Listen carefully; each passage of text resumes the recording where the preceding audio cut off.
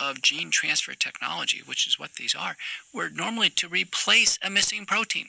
So, for instance, I'm a cardiologist. I treat a condition called Fabry's disease. It affects the heart.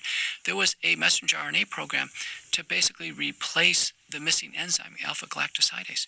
But in this case, to take these platforms and say, you know what, these are ready to go.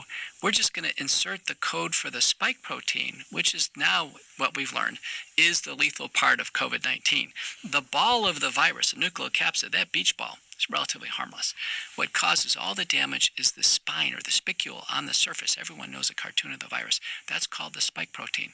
1,200 amino acids, about a dozen glycosylation sites. It has some homology, by the way, to HIV. And so a lot of people don't know this, but one of the original antigenic vaccines that was tested in Australia exposed that HIV epitope. It turned everybody in the trial HIV positive who took a COVID-19 vaccine in Australia. These young people were outraged. And so this was on the internet. It was quickly suppressed. But if anybody wants to type this in right now, you can actually learn that one of the very first vaccines tried in Australia actually turned everybody HIV positive. They didn't have HIV, but there was a molecular trickery that was going on. Having said this, now when we look back, when we look at the books, Popper, Bregan, Robert F. Kennedy, and now Atlas, it's pretty clear that this was planned.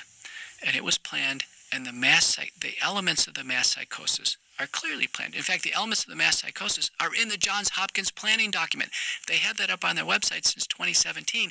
Once the pandemic hit in March of 2020, they actually published it in the peer-reviewed literature. You can see how it was all done.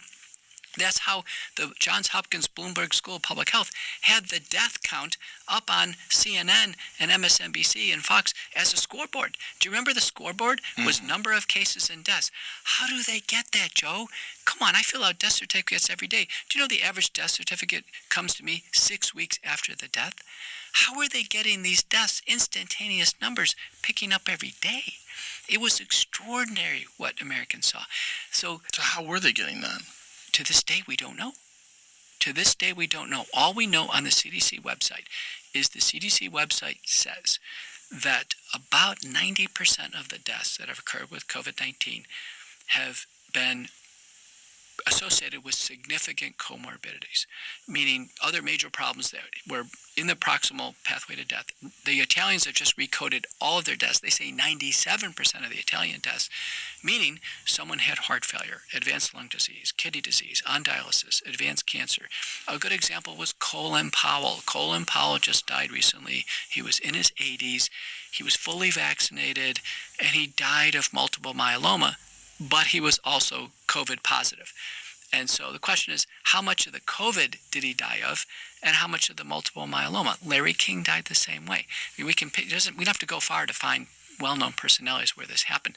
The point is, the deaths were coming in quickly. It may be the fact that the deaths, the vast majority of them occurred in the hospital. So we didn't have to have this prolonged outpatient, death certificate signing, and things were mainlined from the hospital. We know President Trump's authorization for the testing became the way that the Johns Hopkins School of Public Health got the scoreboard for positive tests. And that executive order said all the laboratories and all the departments of public health doing testing will report positive tests to the center, the Johns Hopkins Center. And they did. That means Quest, LabCorp, Abbott. All of them started to have a flow of tests.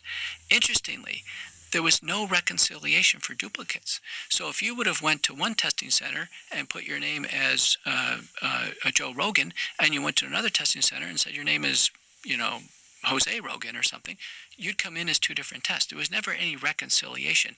And we understood over time that the number of tests positive was, in a sense, padded. It was padded by duplicate tests. It was padded by this idea of asymptomatic testing. So one of the big discoveries in 2020 is that the virus is not spread asymptomatically. It's only spread from sick person to susceptible person. This is a very important. Two major papers, one by Cao from China, one by Madewell, nailed this down. Once we learned that asymptomatic testing wasn't happening, it became clear the Swedes were right. Scott Atlas was right. The only thing we needed to do was just keep sick people at home. They were the only people who needed to quarantine, and well people could go do what they were going to do.